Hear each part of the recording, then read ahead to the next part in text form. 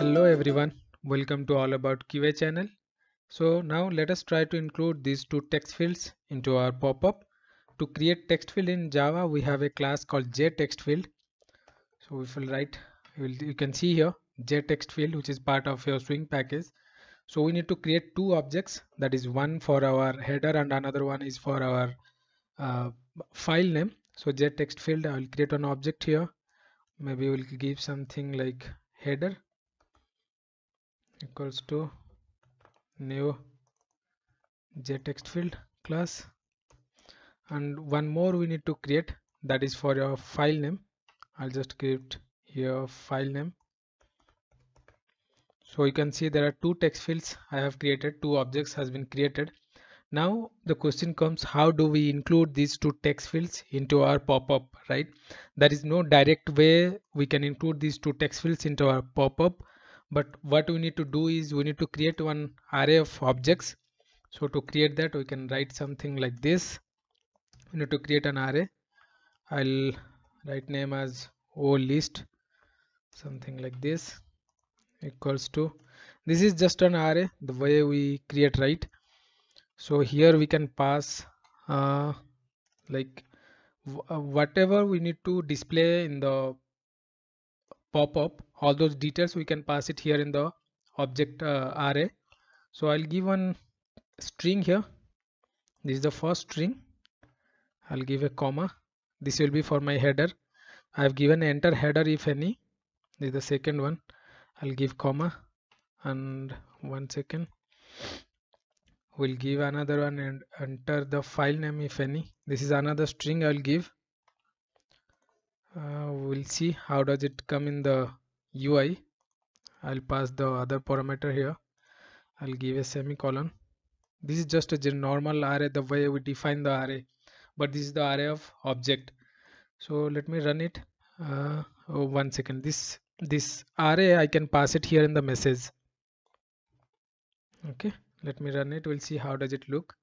You can see here now both the text fields are coming here in the pop-up with the two headers that we have given here. So this object is an array of object which is interpreted as a series of messages. If you'll see, these are the messages 1 2 3 4. All these messages are arranged in a vertical stack. Now if you'll see here, I'll just separate it for better understanding. If I'll give a enter here, whatever parameters we are passing here in this array, right? So this will be in a vertical stack. So this will appear in the pop-up, something like a vertical. This will be the first message that will display in the pop-up. This header is your second message. This is the third message, and this is the fourth message. However, this t header and t file name are your text fields. So in the message, it is coming as a text field, right? So this is the object. This is how we are going to pass parameter to one pop-up. So in place of your text field, you can also pass buttons or list, whatever you want.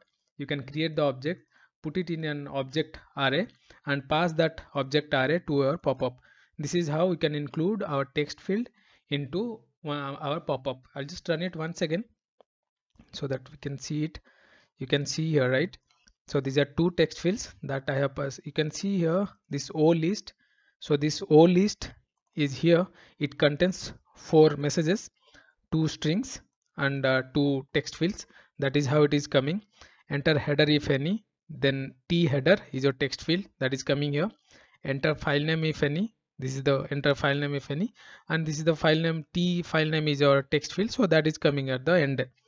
Now you can see the title we have given test. Maybe we can change this title to some meaningful name. Enter header and file name I'll give. Let me change this title to something like this. I'll run it.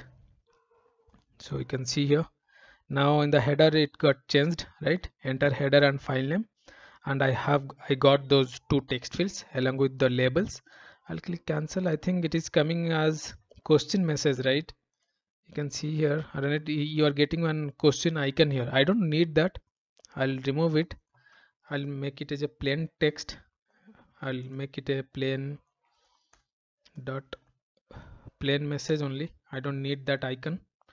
So now let us run it. Yeah, so now we can see that both the text fields are there with a proper header and labels, enter header if any.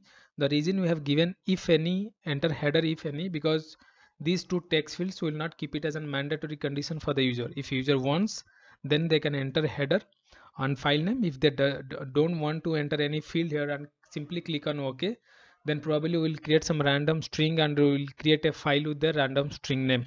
Right? Thank you for watching this video.